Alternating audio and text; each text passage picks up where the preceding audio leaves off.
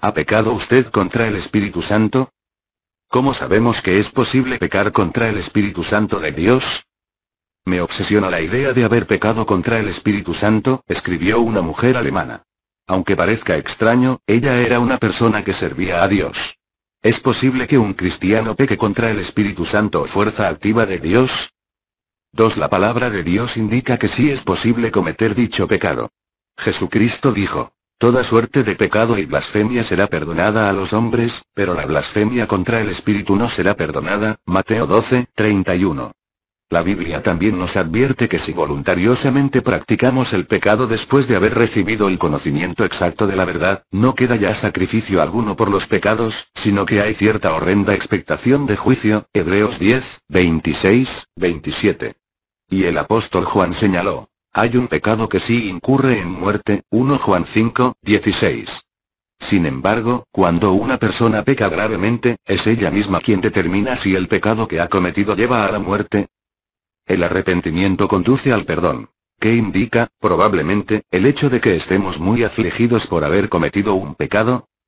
Jehová es el juez supremo de los pecadores. En realidad, todos tenemos que rendirle cuentas, y sabemos que Él siempre actúa con rectitud. Génesis 18:25. Romanos 14:12. Es Jehová quien determina si hemos cometido un pecado imperdonable y es Él quien, como resultado, puede quitarnos su espíritu. Salmo 51:11. Ahora bien, tengamos presente que si estamos muy afligidos porque hemos cometido un pecado, es muy probable que nos hayamos arrepentido de verdad. ¿Pero en qué consiste el arrepentimiento genuino? 4. ¿A qué significa arrepentirse? Ve por qué nos consuelan las palabras de Salmo 103:10-14. 4. Arrepentirse significa cambiar de actitud con respecto a malas acciones que se han cometido o se pensaba cometer. Significa sentir pesar y abandonar la conducta pecaminosa.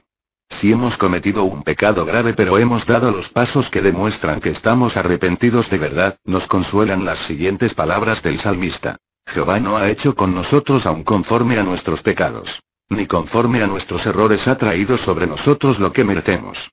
Porque así como los cielos son más altos que la tierra, su bondad amorosa es superior para con los que le temen.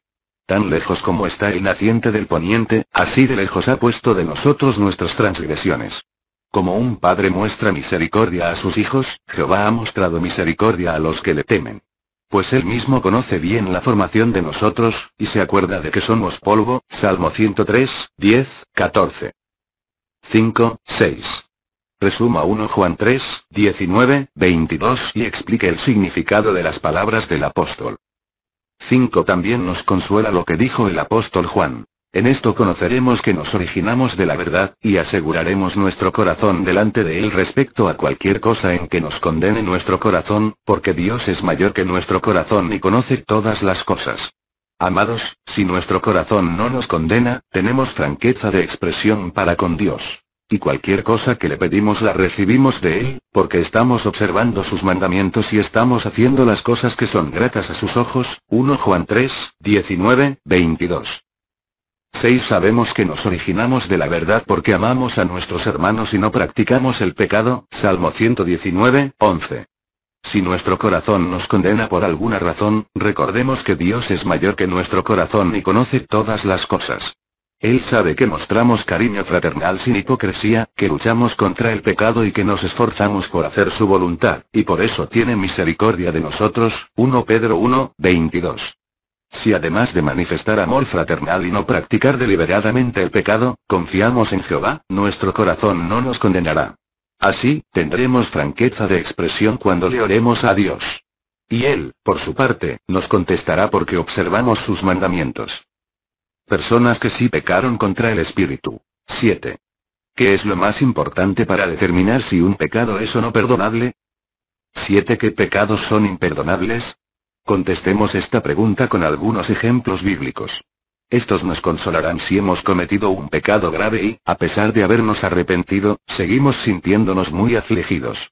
Veremos que lo más importante para determinar si un pecado es o no perdonable no es el pecado en sí, sino lo que motiva a la persona, lo que hay en su corazón y hasta qué punto actuó deliberadamente. 8.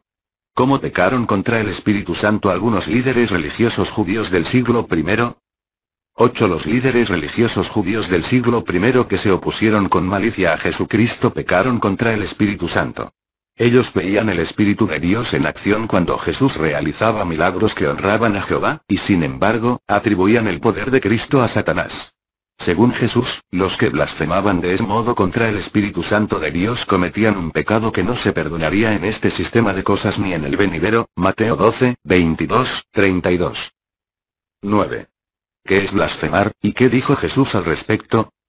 9. Blasfemar es emplear expresiones difamatorias, injuriosas o insultantes contra las personas o cosas sagradas. Como el Espíritu Santo procede de Dios, hablar contra ese Espíritu es lo mismo que hablar contra Dios. Quienes hacen tal cosa y no se arrepienten no reciben perdón. Lo que Jesús dijo sobre ese tipo de pecado muestra que él se refería a quienes se oponen deliberadamente a la actuación del Espíritu Santo de Dios. El Espíritu de Jehová estaba actuando mediante Jesús y, aún así, los enemigos de Cristo atribuían ese poder al diablo. De ese modo, cometieron el pecado de blasfemar contra el Espíritu. Jesús dijo al respecto: cualquiera que blasfema contra el Espíritu Santo no tiene perdón jamás, sino que es culpable de pecado eterno. Marcos 3, 20, 29. 10. ¿Por qué llamó Jesús a Judas el hijo de destrucción? 10. Pensemos también en el caso de Judas Iscariote. Judas se comportaba de forma deshonesta, pues robaba dinero de la caja que se le había confiado. Juan 12, 5, 6. Finalmente se puso de acuerdo con los gobernantes judíos para traicionar a Jesús por 30 piezas de plata. Es verdad que después de traicionarlo sintió remordimiento, pero en ningún momento se arrepintió de su pecado deliberado. Como consecuencia, Judas no es digno de ser resucitado, y por eso Jesús lo llamó el hijo de destrucción. Juan 17, 12. Mateo 26, 14, 16. Personas que no pecaron contra el Espíritu. 11, 13. ¿Qué pecados cometió David tras ver bañarse a Batseba, y cómo nos consuela la forma en que Dios manejó el caso de ambos? 11. A veces sucede que un cristiano ya ha confesado un pecado grave y ha recibido ayuda espiritual de los ancianos de su congregación, pero sigue atormentándose con lo que hizo. Santiago 5, 14.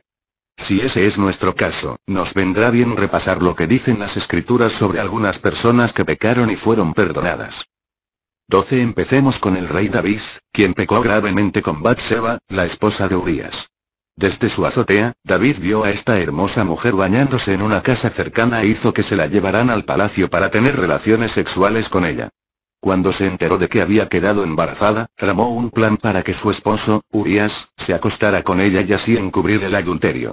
Pero su treta falló, y entonces el rey se encargó de que Urías muriera en el frente de batalla. Luego, David se casó con Batseba, y ella le dio a luz un hijo que moriría poco después. 2 Samuel 11, 1, 27. 13. Veamos cómo manejó Jehová el caso de David y Batseba. Dios perdonó a David, al parecer tomando en consideración factores como su arrepentimiento y el pacto del reino que había hecho con él. 2 Samuel 7, 11, 16. 12, 7, 14.